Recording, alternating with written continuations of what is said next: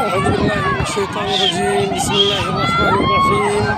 في صباح يوم الأربعاء 4 ربيع أول 1447 هجرية الموافق 27/8/2025 للميلاد، نقوم بتنفيذ سقيا رقم 1 من بنت جابر من بيخان، جزاها الله خير وبارك الله فيها وسقاها الله من الرحيق المختوم.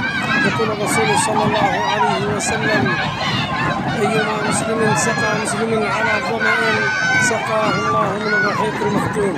سقاك الله من الرحيق المختوم يا بنت جابر من بيخان، جزاك الله خير، بارك الله فيك، جزاك الله خير.